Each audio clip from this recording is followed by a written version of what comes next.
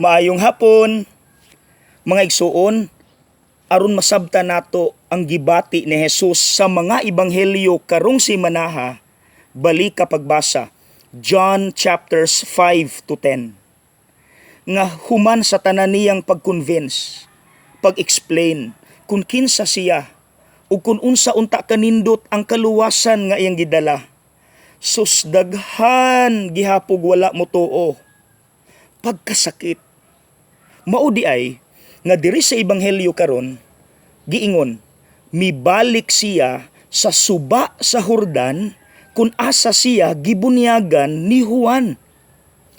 What do you think was the reason nganong mubalik pa siya didto? Kahinumdum mo didto niya nakuha ang assurance sa iyang amahan. Ikaw ang pinangga kong anak. So posible human niyag ampo didto pagkataod-taod nakaingon siya, wala ko mag-inusara, the Father is with me. Padayon.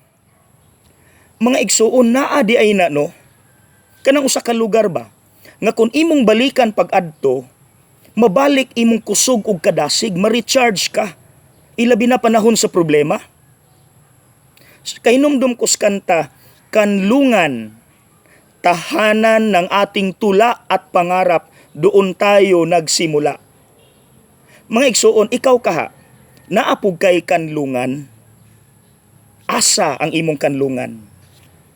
Kanang lugar nga kung imong balikan pag-adto, or imo lang hinumduman, mabalik imong kusog og kadasig.